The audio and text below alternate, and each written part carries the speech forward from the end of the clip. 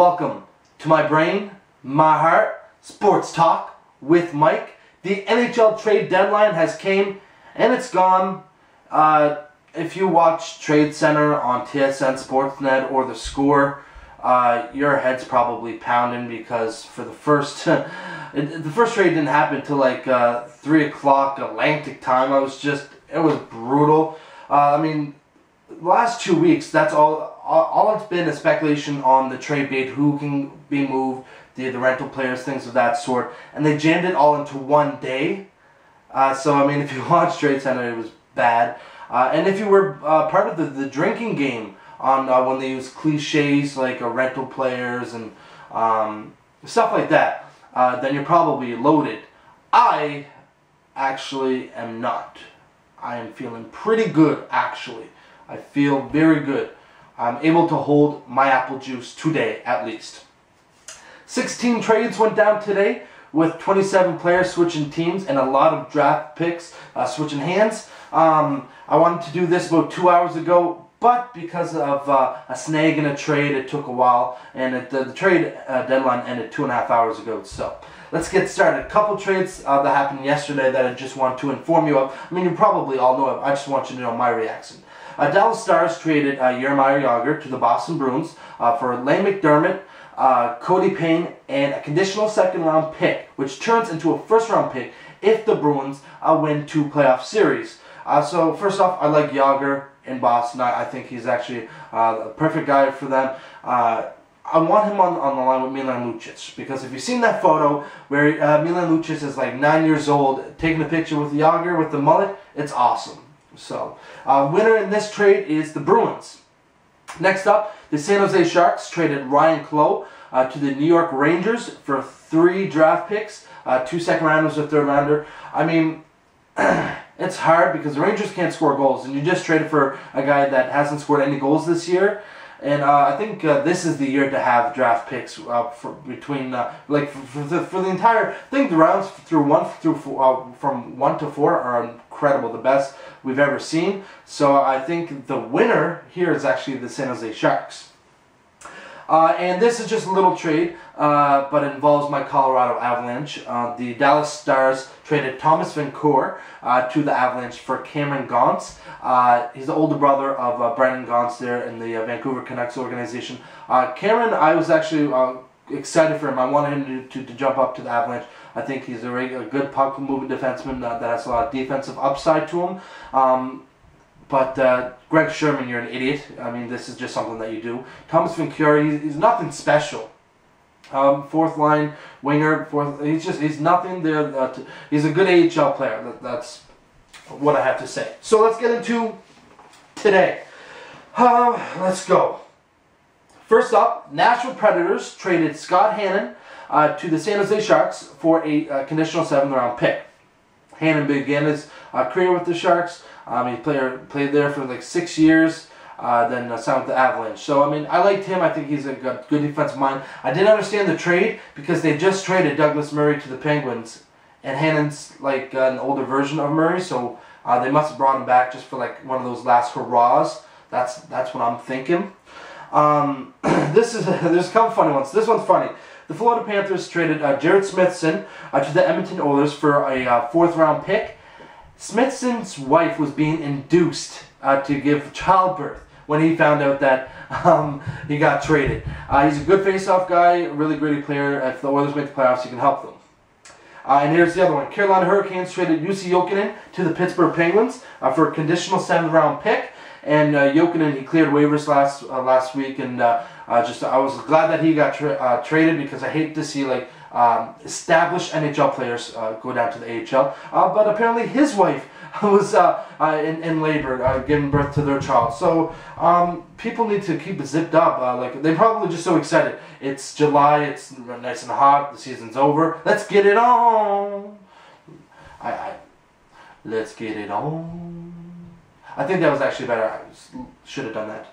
Next up, I like this trade a lot, because it for me, both teams win in this trade, and it doesn't happen a lot in trades. The Ottawa Senators traded Ben Bishop, the goaltender, to the Tampa Bay Lightning for Corey Conacher and a 4th-round pick. Corey, he was leading the rookies for scoring for a bit. Cool down. Right now, he's still second in scoring behind Jonathan Huberdeau of the Florida Panthers with 24 points. I can see him being like a Martin St. Louis in a couple of years, like 2-3 years. But I think he's really a good pickup for Ottawa because they need that scoring up front. Second line winger. That's where I think Connacher belongs. And Ben Bishop is like 6'7". Monster in net. He's just I think he is going to help the Lightning win a Stanley Cup within 6 years. Lightning are going to get a good draft pick this year. They're going to be maybe by Le Cavalier. I think it's time for with Bishop. I think they found their goaltender. Big trade. The New York Rangers traded Marian Gaborik to the Columbus Blue Jackets for Derek Brassard, Derek Dorsett, and John Moore, and a 6th-round pick for Marian Gaborik, who's having a down year for the Rangers. All Rangers pretty much having a down year anyway. I think the winner for this trade is actually the Columbus Blue Jackets. Dorsett is injured. Might be out for the entire year, but I believe he's still under contract until next season anyway. Derek Brassard is a former first-round pick, and he just hasn't found his place. Looks like he's going to be on the 3rd line. And John Moore, I think he's a young defenseman with a lot of offensive gifts to give to the Rangers, and that'll work out well. But I still think the Blue Jackets won this trade with Marian Gaborik. I think he needed a fresh start. This is going to work out for him. And then another big trade. Buffalo Sabres traded their captain, Jason Pominville, to the Minnesota Wild for Johan Larsson, Matt Hackett, a 1st and a 2nd-round pick. Wow. Pominville brought back a lot for the Sabres. Johan Larsson has a lot of upside to him, offensively and defensively. He's a smart hockey player. Matt Hackett, I think he was just hiding behind Nicholas Backstrom, and Backstrom's a unrestricted free agent after this season, I'm pretty sure. So I think he would have been the starting goaltender, and given that opportunity with Ryan Miller out of the door of Sabres eventually this summer, Matt Hackett, he can hack it. And 1st round and 2nd round, amazing, especially in this year. Winner in this one is, I'm going to say the Buffalo Sabres on this trade. A small trade right here. The Calgary Flames traded Blake Comeau to the Columbus Blue Jackets for a 5th-round pick. Now, Blake Comeau, I actually felt that he was an amazing player when he was with the Islanders. I thought he had he was like a top defensive forward that had a scoring touch.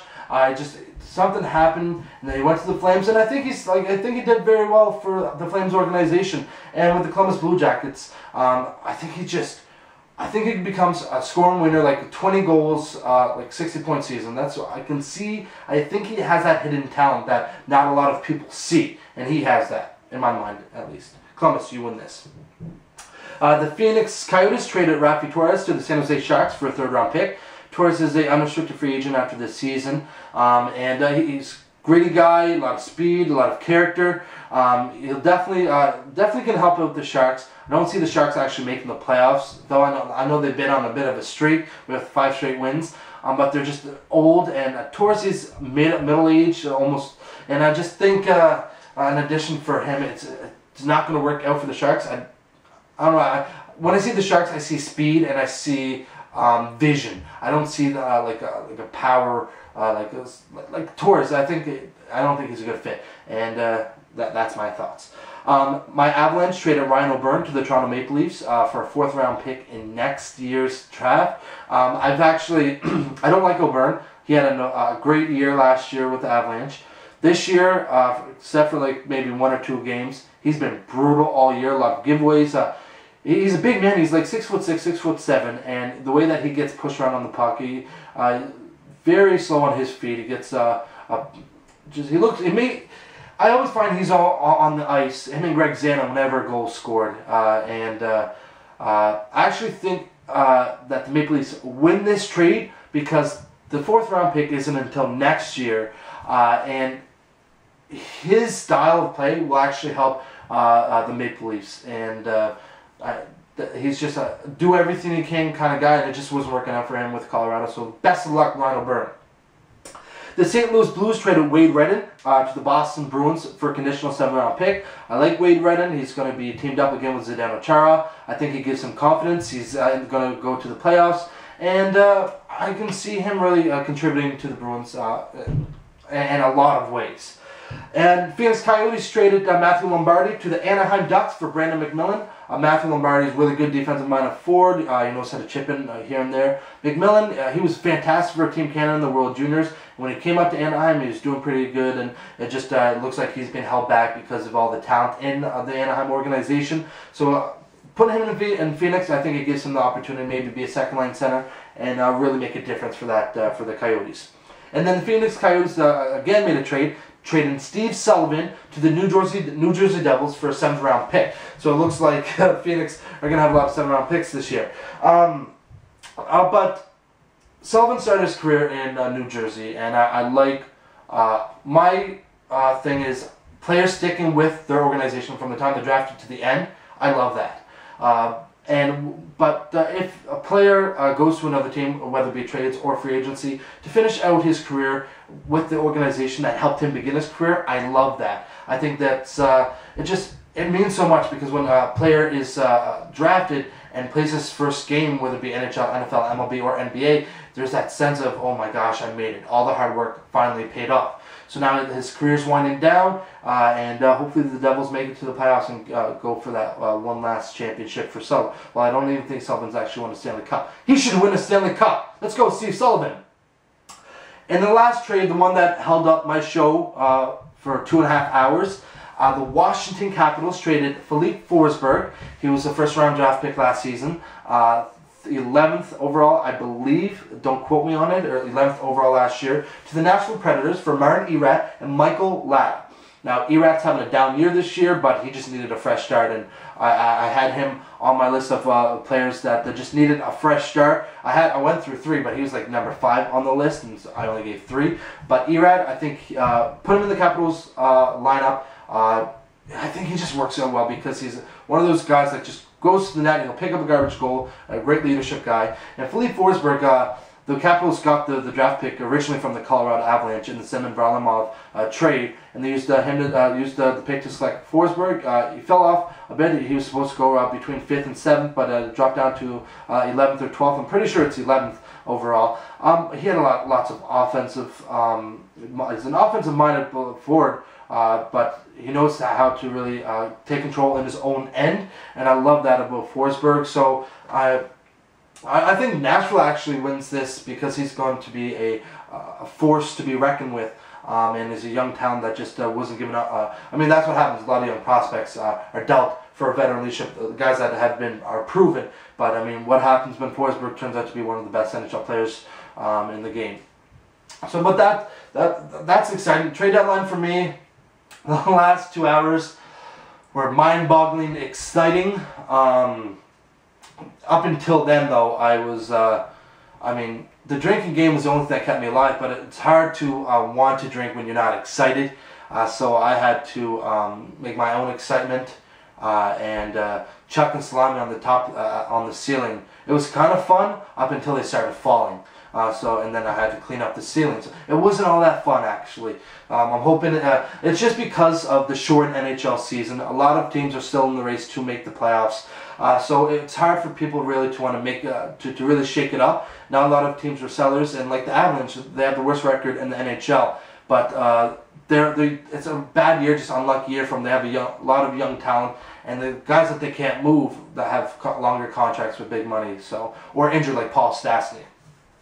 But that's it. I hope you enjoyed today's episode of My Brain, My Heart, Sports Talk with Mike. And you enjoy the rest of your day.